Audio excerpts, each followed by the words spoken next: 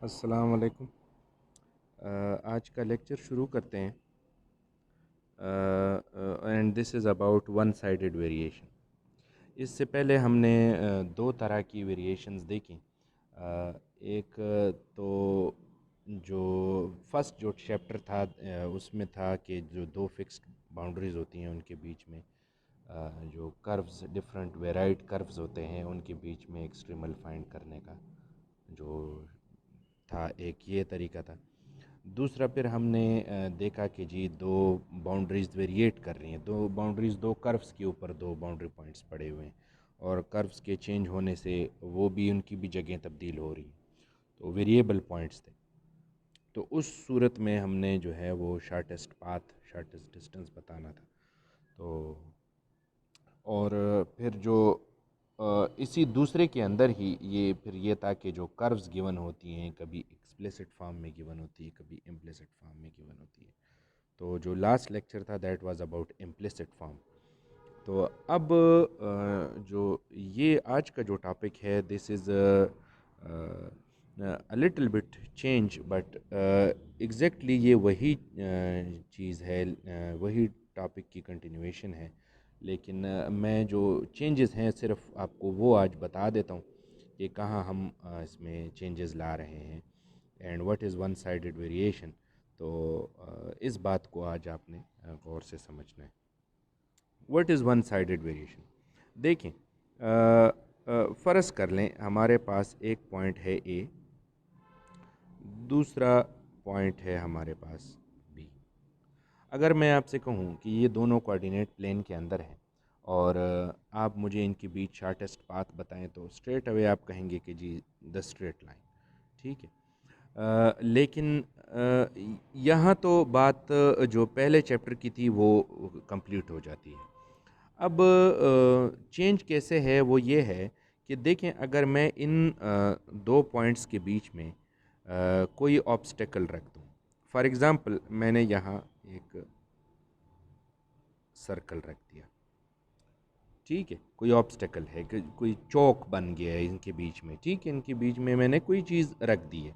अब मैं आपसे कहूँ कि जी अब इनके बीच में शार्टेस्ट पाथ बताएं, तो now you can not go through the straight line, क्योंकि अब आपके पास बीच में जो है वो ऑब्स्टेकल आ गया, कोई रुकावट आ गई है, ठीक है। इस बात को आप अगर ऐसे समझें कि आपने मिसाल यूनिवर्सिटी से जाना हो अल-फलाह बैंक की तरफ, ठीक है, तो आप जब राहत बेकरी के पास जो चौक है उस पे पहुंचते हैं, तो वहाँ एक बीच में एक सर्कुलर ऑब्स्टेकल बना हुआ है। हाँ, आप अगर अल-फलाह बैंक की तरफ जाना चाहें तो आप क्या करेंगे, आप एक हल्की सी टर्न लेंगे और फिर रोड से घूम के फिर सीधा निकल जाएंगे, आप स्ट्रेट अवे नहीं जा सकते उसकी तरफ, ठीक है, क्योंकि बीच में ऑब्स्टेकल है।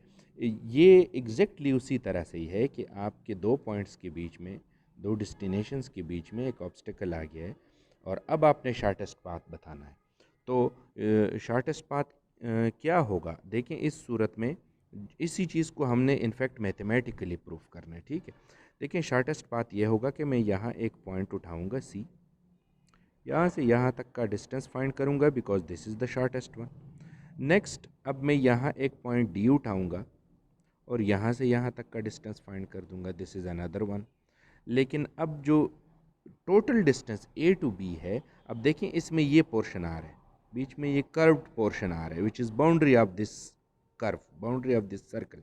तो इनफैक्ट ये जो ब्लू है 1 2 एंड 3, मैंने इन तीन पोर्शंस को मैथमेटिकली साबित करना है, प्रूफ करना है कि यही शार्टेस्ट पाथ है, ठीक है। ये टोटल जो आज के लेक्चर का जो मेन मकसद है वो यही है कि आपने अगर ए और बी के बीच में डिस्टेंस फाइंड करना है तो उस कर्व के ऊपर दो पॉइंट्स बताएं, वहाँ से वहाँ दो स्ट्रेट लाइंस बता दें और फिर बीच का जो पोर्शन है वो कर्व्ड होगा, वो उस कर्व की बाउंड्री होगी। इनफैक्ट आपने उस बाउंड्री को अब मैथमेटिकली बताना है, ठीक है। ये तीन पोर्शन में आपका एक्सट्रीमम या शार्टेस्ट पाथ जो है वो फाइंड होगा। तो इन्हीं इसी डिस्कशन के ऊपर आज का जो लेक्चर है वो चलेगा। तो इस एग्ज़ाम्पल को पढ़ते हैं कि find the shortest path between two points this and this in the region between the two between the two is the region between the two is bounded by the circle. इसका पहले ये diagram देख लें तो आपको ये question complete समझ आ जाएगा। देखें ये एक पॉइंट ए है, पॉइंट बी ये है, और आपने इनके बीच शार्टेस्ट पाथ बताना है। तो आपने क्या किया कि ये एक पॉइंट सी यहाँ चूज़ किया, एक पॉइंट डी यहाँ चूज़ कर दिया, ठीक है। तो इंट के ऊपर आपके पास जो डिज़ायर्ड एक्सट्रीमल पाथ आती है, देखें वो तीन पोर्शंस पे है, एक स्ट्रेट लाइन, दूसरी स्ट्रेट लाइन और बीच में जो सर्कल का आर्क है वो पोर्शन, ठीक है। इसके लिए कोई न्यू मैथमेटिक्स नहीं करनी, कोई ट्रांसवर्सलिटी कंडीशंस कुछ भी नहीं है। जस्ट आपने गिवन ज्योमेट्री से आपने इन